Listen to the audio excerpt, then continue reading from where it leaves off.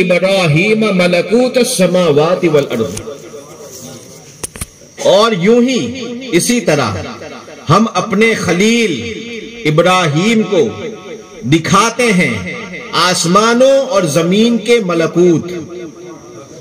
کیا دکھاتے ہیں؟ آسمانوں اور زمین کے ملکوت۔ زمین کا ملک تمہارا بدن ہے اور زمین کا ملکوت تمہاری روح ہے۔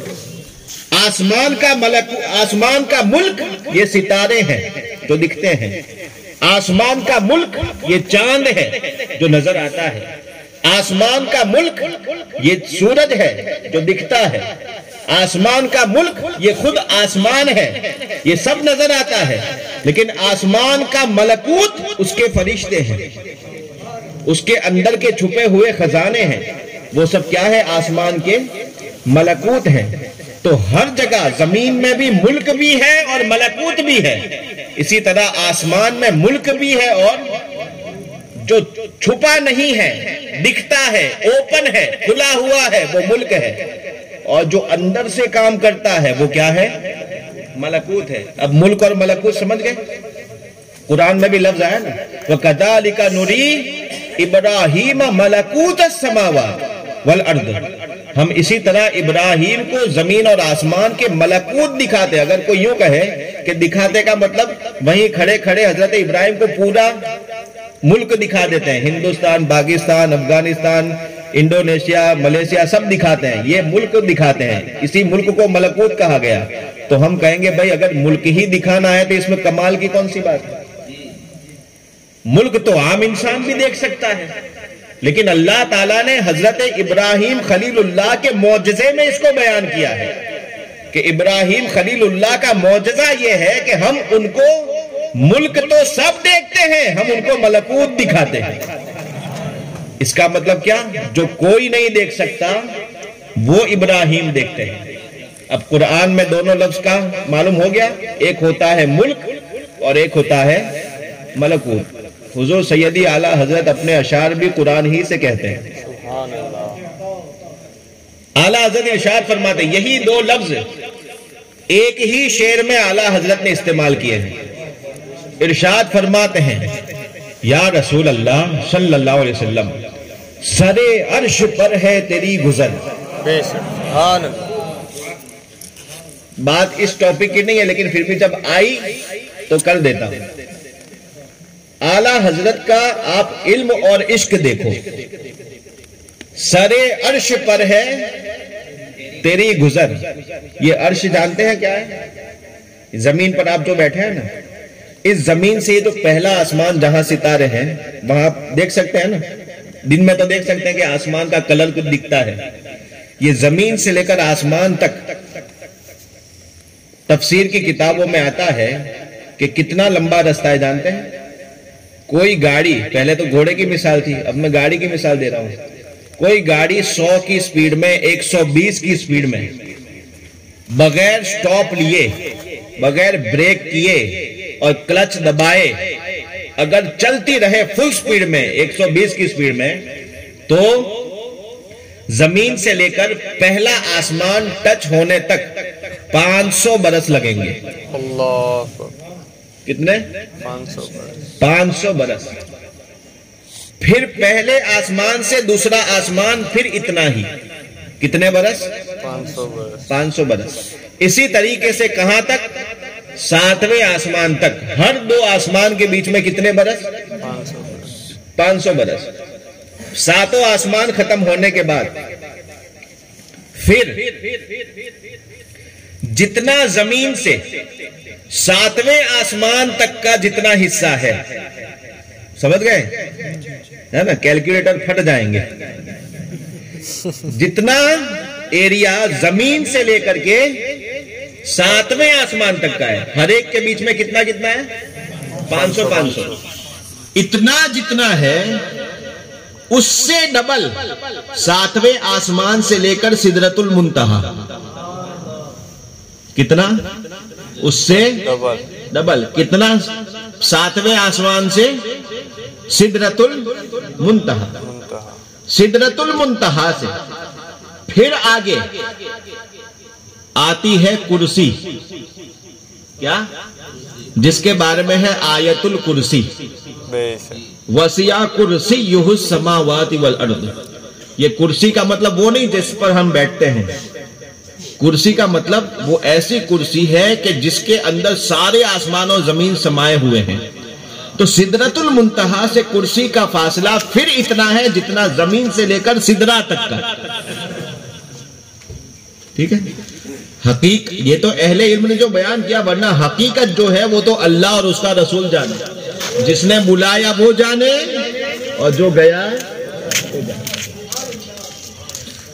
پھر کرسی کا آپ اندازہ لگا سکتے ہیں کتنا اونچا ہوا، پھر زمین سے لے کر کرسی تک جتنا لمبا ایریا ہے اتنا اس سے ڈبل کرسی سے عرش معلیٰ، اور وہ بھی عرش معلیٰ کی ساق، ساق یعنی نیچے کا حصہ، عرش معلیٰ کا پایا جو پکڑتے ہیں نیچے سے، وہ پایا کتنا ہے؟ جتنا زمین سے لے کر کرسی تک کا، اس سے ڈبل کرسی سے لے کر عرش معلیٰ کا پایا۔ اب اس عرش کی جب بات آئے تو عرش یہ مکان جو ہے نا، مکان کا مطلب کیا ہوا؟ جگہ، جگہ اس کو کہتے ہیں جہاں پر دشا ہو، اتر دکشن پورو پشچم، آگے پیچھے اوپر نیچے، یہ سب دشا ہے نا۔ دشا اور رہنے سہنے کی جو حد ہے، وہ سارے مکان اور جگہ سب کہاں ختم ہو جاتا ہے؟ عرش آتے ہی سب ختم ہو جاتا ہے۔ آپ سوچو کتنا اونچا ہوا وہ ہے نا۔ اب وہ عرش کا پایا جب اتنا اونچا ہے تو اس کا سر کتنا اونچا ہوگا، یعنی اس کا سب سے اوپر کا حصہ، برابر؟ اتنا سمجھ گئے؟ اب ایک دوسرا لفظ اردو میں کہتے ہیں گزرنا۔ کیا ہے؟ گزرنا۔ گزرنا کس کو کہتے ہیں جانتے ہیں؟ آپ کو اگر یہاں سے جانا ہو یہ بامبے، اگر یہاں سے آپ ٹرین پکڑ کے کہاں جائیں؟ بامبے۔ تو جب بامبے جائیں گے تو آپ کی منزل کہاں ہے؟ بامبے ہے، لیکن جب آپ کی ٹرین نکلے گی تو احمد آباد سے گزرے گی۔ کیا ہوگا؟ احمد آباد سے گزرے گی، ہمارے نڈیاد سے، بڑودا سے، سورت سے، وہاں رکے گی، وہ تمہارے رستے میں آئے گا، گزریں گے آپ، اور منزل کہاں ہے؟ بامبے۔ گزرنا سمجھتے ہیں نا، اس کو کہتے ہیں گزر، سمجھے؟ اعلیٰ حضرت ارشاد فرماتے ہیں یا رسول اللہ سر عرش پر ہے تیری گزر۔